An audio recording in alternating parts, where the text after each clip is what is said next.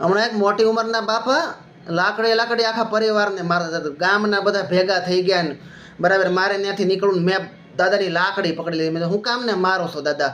મને કે ઈ કે હું તમને કહીશ નહીં કે તો તમે કે આને બધાને મારશો. પણ મેં તો કયો તો ખરા છે હું.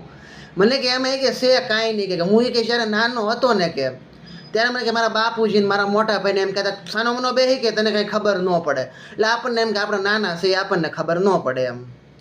પછી મને કે હું 25 વર્ષનો થયો તો મને કે મારા લગ્ન કરી દીધા હતી કે મારા ઘરના એક એમ કે તમે સાના મના બે હોય કે તમને ખબર ન પડે.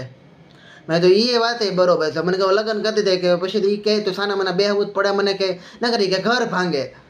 મેં તું બરાબર. હવે મને કે છોકરાની ઘેરે છોકરા થયા એ હારા મને એમ કહે છે કે તમને ખબર ન પડતી કે મને ખબર પડશે કે દી કે મને કે તમે એક લાકડી મૂકી જોઈએ કે હવે મને કે આ બધાને કે મારે ખબર પાડવી છે કે આ કે સમજે હું કે અત્યારે મારા 70 વર્ષ થાય કે હવે મને ખબર ન પડે. મને કે તમે લાકડી મૂકી જોઈએ કે